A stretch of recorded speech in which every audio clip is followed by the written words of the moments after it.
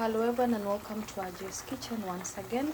Being a weekend, I just craved for matoke with mixed veg, as you can see. And here with me, I'm just trying to dry fry some onions, ginger, garlic, eggplant.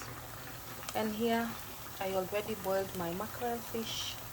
I've fried it and I'm making stew, so I will add it on to this particular pot.